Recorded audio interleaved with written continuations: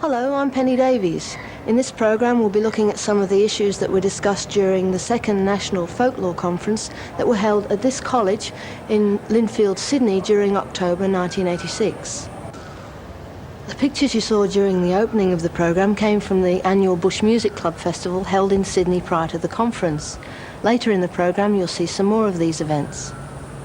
Educators, collectors, writers, singers, craftspeople, dancers and musicians came from all over Australia to discuss folklore and folklife in the technological age.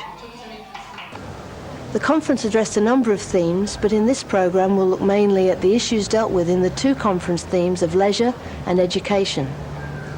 The conference was opened by Barry Cohen, the Federal Minister for Arts, Heritage and the Environment. Australia has a rich folkloric heritage too long neglected by governments and others in this country. Well, I'm proud that the Cook government has taken the initiative to redress that neglect. There could be no more appropriate time than in the lead up to our bicentennial year for Australians in all walks of life to become more fully aware of their heritage. Not only our material heritage, the things we keep, to use that cliche, but also our non-material or intangible heritage, our folk life. This heritage of traditions, customs, games, songs, dances, crafts and ceremonies is a fundamental part of our cultural inheritance. And as we approach our bicentennial year, we should recognise our obligation to safeguard for our children and our children's children those traditions we've inherited and hold in trust. Our folk life is so much a part of us that we often fail to recognise it for what it is. And should it be lost, our lives would be very much the poorer. Our folk traditions run deep, giving each of us a sense of cultural identity, at the same time binding us together as Australians. I urge you to concentrate your efforts to get that National Folklife Centre established under the umbrella or auspices or within the confines of the proposed new National Museum of Australia. A wealth of folkloric material has been collected and preserved from our past, but folklore also continues to thrive in our technological and urban society. For some examples of this, I talked to Bill Scott, a writer, poet and collector from Queensland.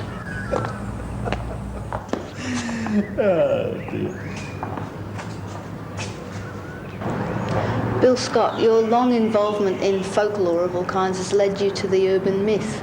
Can you tell us a couple of examples of those? I'll give you a good horror one. There's lots of horror ones. What about the fellow who was riding the twin Norton Dominator up the hill, you know, most powerful motorbike, up the hill, and he swung out to pass an old truck, tabletop truck, with a load of second-hand roofing iron on the back of the truck. And so he dropped it into second, revved the motor, and started to pass the truck at high speed. And just as he did so, a gust of wind lifted one of the sheets of iron off the back of the truck, which totally severed the rider's head. But such was his balance and skill that his headless body continued riding with the motorcycle up the hill. As he went past the cabin of the truck, the driver looked out and saw a headless body go past riding a Norton Dominator motorbike, and so he had a heart attack and died too. Now, there is an alternative ending to this song, this story. Some people say at this stage that's the end of the story, but I recently got another marvellous alternative ending saying the truck careered out of control into a queue of school children waiting to catch a bus. And of course they're never written down, are they? They're just passed around by people? Look, they're normally passed around by people who say, this happened to a friend of my aunt's, or this happened to a friend of mine, or my uncle knew this bloke when he lived in Mackay in Queensland. But you hear these stories, they're cited all over the world, and you find them in collections from other countries too, but they all happen here in Australia according to local legend. Such urban myths reflect the horror and insanity of the modern world, as well as the love of a good story. Another modern form of folklore is reprographic or photocopy folklore. This is a product of the tedium of office life and the need to create law about our lives, no matter what environment we are in. Graham Seal from the West Australian Institute of Technology, where he works in the School of Communication and Cultural Studies, has done a great deal of research into reprographic folklore. A pretty widespread form of modern folklore is the stuff that gets passed around on the office photocopier. I suppose most of us who've worked in offices have come across it at some time. Why is it so significant in terms of the broader folk life?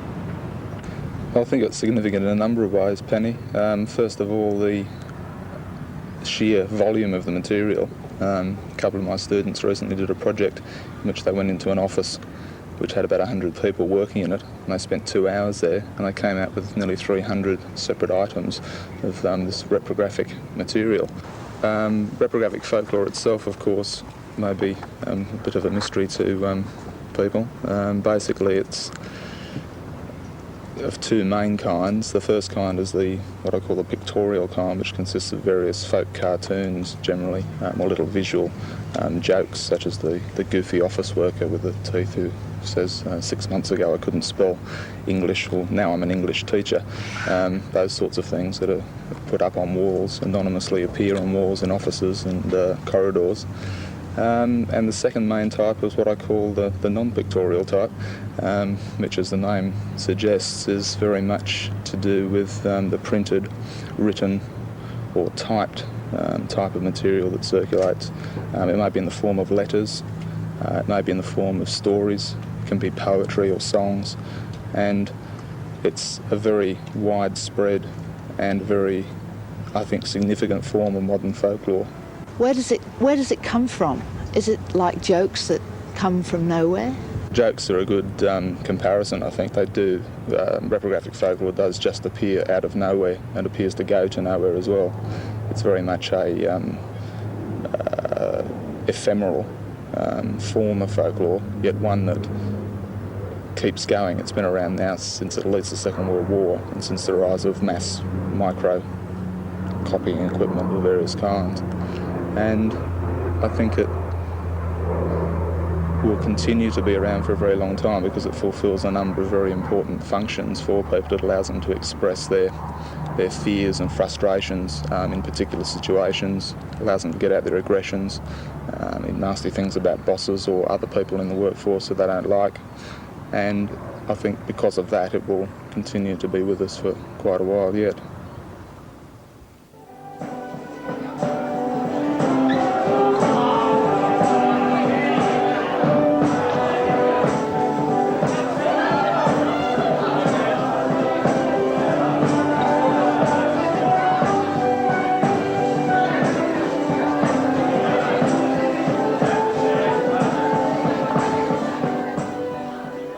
Dance has been with us since our first steps as a culture and continues to thrive, often influenced by other cultures.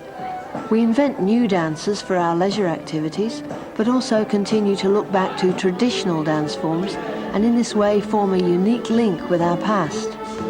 A name synonymous with traditional dance in Australia is Shirley Andrews from Melbourne. Shirley runs workshops in complex dance forms for advanced dancers, while also travelling throughout Australia teaching traditional dance at festivals. I spoke to Shirley about the changes in Australian dance due to changing patterns of leisure.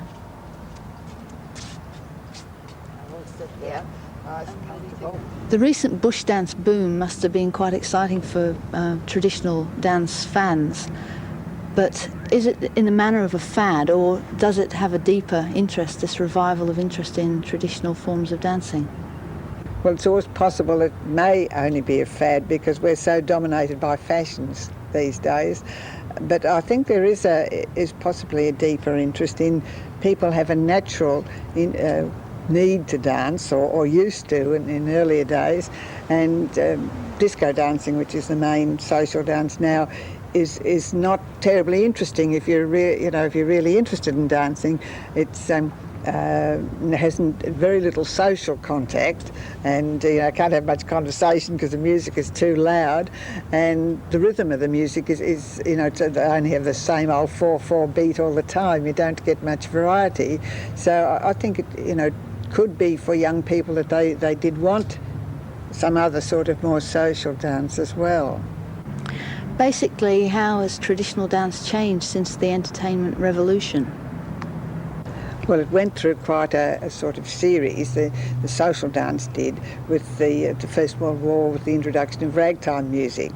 A lot of the traditional dancing went out, at least in the cities then, and then you went through the foxtrot era and through all those eras, but it was still a big part of social life, because I was reading recently a book on Australia in the 20s, and the man was pointing out that most people in Australia met their future marriage partner at dancing, and they said in this book that anyone who couldn't dance was a serious social disadvantage. So there's always that aspect of keeping dancing going. In the country, the traditional dancing did continue on, although it adopted some of the modern movements. And then, you see, when it was revived, we used a lot of the ways that they still did it in the country, and so that there was a continuation with the living tradition like that, although social dance had changed a great deal in the cities. Why is it important, both on a personal level for you, but also on a wider level, to revive interest in traditional forms of dancing? Well, I think it offers a good alternative in form of dancing for young people, and it's not competitive like sport. It's a unifying social sort of activity that young people enjoy, and I think it'd be good for us to be able to revive also some of the older dances, the ones that appeal to the good dancers, and because people like to have their own feeling that it's their own dancing, that it belongs to them. And also I think there's another level where Australian folklore and dancing has been very much neglected in the theatre, and in complete contrast to countries like Russia and America that have made very great use of their folk dancing in particular, and it sort of adds so much.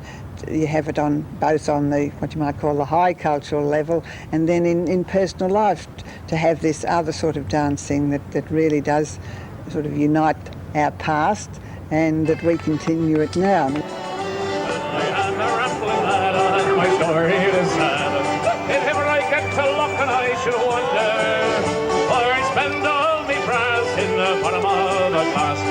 Across the western plains I must wander, and it's all for me grog, me jolly, jolly grog, and it's all for me beer and tobacco.